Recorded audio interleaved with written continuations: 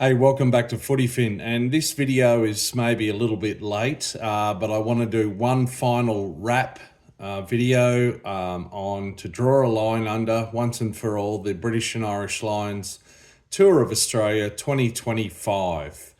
And look, I've been struggling a bit for inspiration here, what to focus on. I've seen a few videos discussing, trying to answer the question, was this Lions Tour a success? That, of course, is a highly subjective thing, but it generated a lot of interest, I would say, globally. It made a lot of money for the Lions Corporation and for Rugby Australia. And it has proven potentially to be a bit of a turning point, perhaps, for the Wallabies' recovery from the deep, dark lows of 2023. And it's a resounding yes that if the Lions do continue to tour into the future, Australia will remain to be a destination. But anyway, what I wanted to focus on, I think, is something a little bit different. And in one of my first videos I did as this Lions tour began over in West Australia, I recounted seminal moments from previous Lions tours of Australia.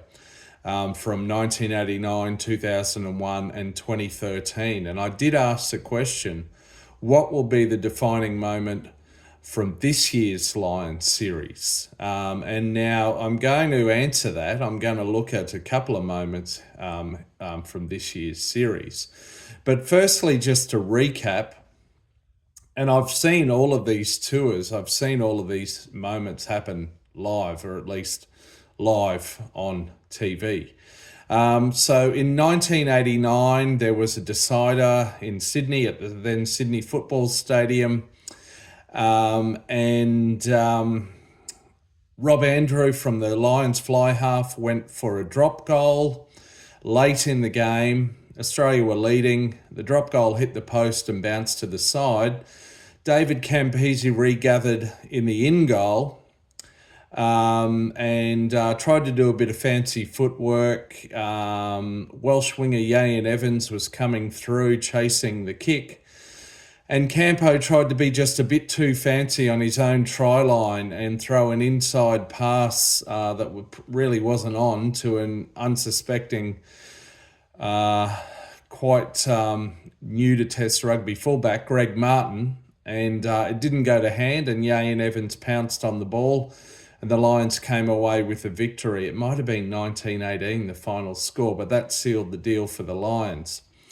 In 2001, there was a decider in Sydney again at the Olympic Stadium, as there was this year. And late in the game, the Lions were 6 points down. They had an attacking line out, probably only 5 metres out from Australia's try line. It was a short throw to Martin Johnson, but famously, Wallabies debutant Justin Harrison got up and stole the line out and ultimately killed off any sort of prospect of a rolling maul or similar. And soon, only minutes thereafter, the final hooter sounded. I think the final score there was 29-26. 29-23 from memory to the Wallabies to seal a victory. Then in 2013, weirdly, this moment came at the end of the first test, but to me it was series defining. Essentially, the Wallabies lost that first test here in Brisbane at Lang Park, Suncorp Stadium. Their would-be goal kicker, Christian Lealiofano, who I think might have been making his test debut alongside Israel Folau that night. He was at number 12. He was concussed in the first or second minute of the game. So the Wallabies lost their first choice goal kicker. And Kurtley Beale, I think, was on the bench. He came onto the field. I think Michael Hooper ended up playing in the centres for most of that game. Sadly, Kurtley missed two penalty conversion attempts late in the game that would have won the game for the Wallabies. But most notable of those two was after the full-time siren. It was a kickable kick. It might have been 40 odd meters out from pretty close to in front, and sadly he slipped over as he made contact with the ball. He still nearly kicked it, but it didn't happen. And essentially, many recognise that the Wallabies lost that game. Despite two great tries to Israel Folau and other great moments, it was there to be won. And ultimately, losing that game really contributed significantly to the Wallabies losing the series. So that's a recap, quite a lengthy one. Thanks for sitting through that. So what is my moment from the 2025 British and Irish Lions versus Wallabies series? There are a few to look at here. Look, one that comes to mind was when the Wallabies were on a roll, and this resulted in their 23-5 lead in the first half of the second test at the MCG. And that was when Joseph Suaalii stepped off his left foot and made a break from inside the Wallabies half, eventually linked up with Tom Wright, who sprinted away to score a try, which was the Wallabies' third try of the match, their second in only 2 or 3 minutes. That really brought the crowd to their feet and shocked the Lions and their fans, at least momentarily. So that's a contender. But in terms of, we're really talking series clinching moments here, defining moments that resulted in the series going one way or the other. So it would be very hard to go past the highly controversial 80th minute incident with the Lions attacking the Wallabies line. Replacement fly half for the Wallabies, Carlo Tizzano, goes in to jackal or to pinch a ball and gets illegally taken out by Jack Morgan. The Lions score thereafter. It goes to video review. The assistant referees calling out the high contact on Tizzano. 2 Lions players have also gone off their feet and sealed off the ball. But Italian referee Andrea Piade doesn't follow due process and does not overrule the try, does not rightly award a penalty to the Wallabies, and hands the Lions the match and therefore the series. That would have to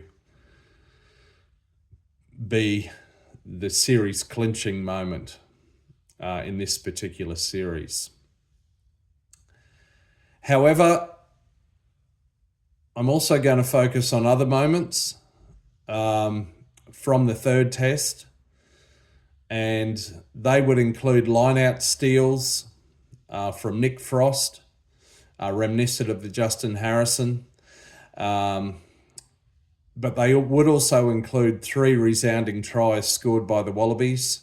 An early one in the left corner to Dylan Peach, who took the ball, got a pass from Joseph Suaalii. One in about the 55th minute where the Wallabies muscled up in defence and put pressure on the Lions' back line through Ikitau and Suaalii, resulted in a drop ball which Max Jorgensen pounced on and ran away over 50 metres to score.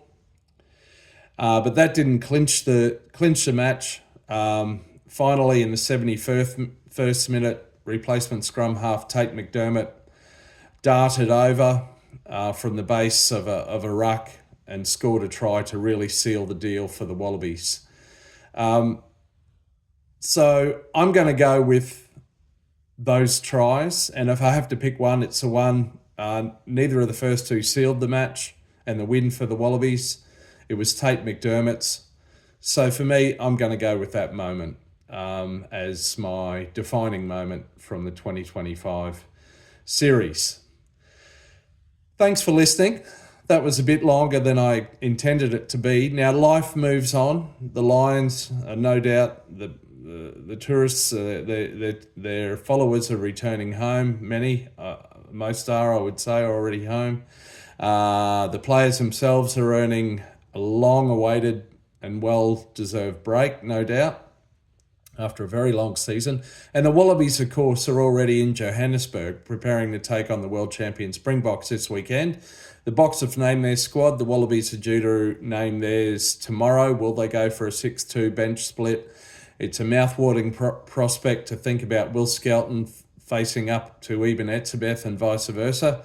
But anyway, look out for a preview of that one. Thanks for listening this long. Please like and subscribe.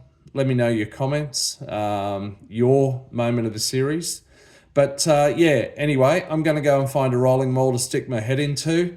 And let's enjoy the Rugby Championship now. See ya.